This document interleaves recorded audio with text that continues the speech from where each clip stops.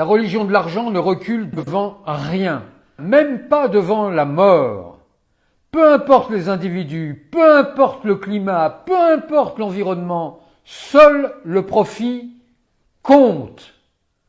En Afrique, 21% de la population vit en situation de sous-alimentation. Près de 300 millions de personnes.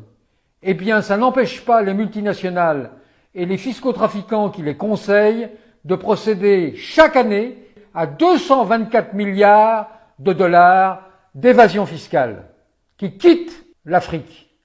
On fait croire aux citoyens des pays riches que les pays riches aident l'Afrique, mais c'est tout l'inverse qui se passe, car les comptes sont faits, ils sont disponibles. Chaque année, c'est l'Afrique qui aide les pays riches à hauteur de 58 milliards de dollars chaque année.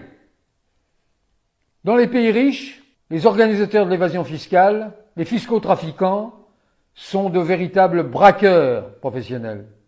En Afrique, ce sont des tueurs professionnels. Alors évidemment, pour procéder à de l'évasion fiscale, il faut faire des profits maximum.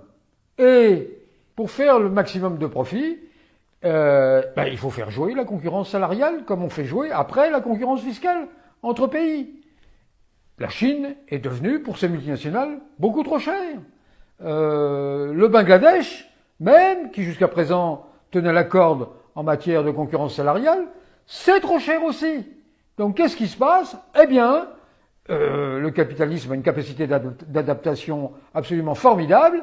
Eh bien, l'Éthiopie est devenue une terre vraiment d'accueil pour les multinationales du vêtement. Donc toutes ces grandes marques de vêtements, H&M, Calvin Klein, Guess, eh bien, ils ont négocié avec l'État éthiopien la fabrication de leur production, et ils sont sans doute pas les seuls, moyennant des salaires mensuels pour les ouvriers et les ouvrières qui vont produire ces vêtements de 27 dollars par mois. Vous avez bien entendu, 27 dollars par mois. Ça fait 85 cents par jour.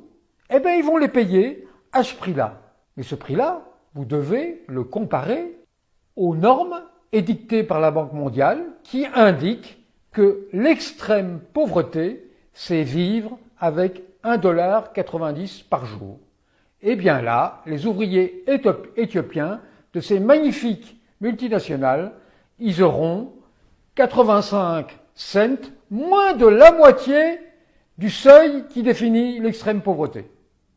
Alors, évidemment, les bénéfices, ils seront réalisés, mais après, il faut pouvoir faire évader tous ces bénéfices.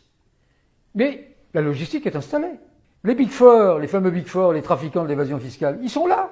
Il y en a 27 000 en Afrique. On n'imagine pas, a priori, dans un pays où le PIB par habitant est d'environ 1800 dollars par habitant. Eh bien, ils sont presque autant qu'en France où ils sont 30 000. Rendez-vous compte?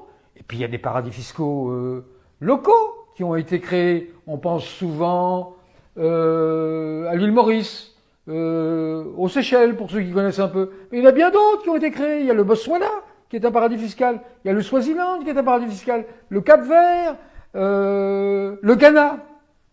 Ah, le Ghana, ça c'est un paradis fiscal particulier.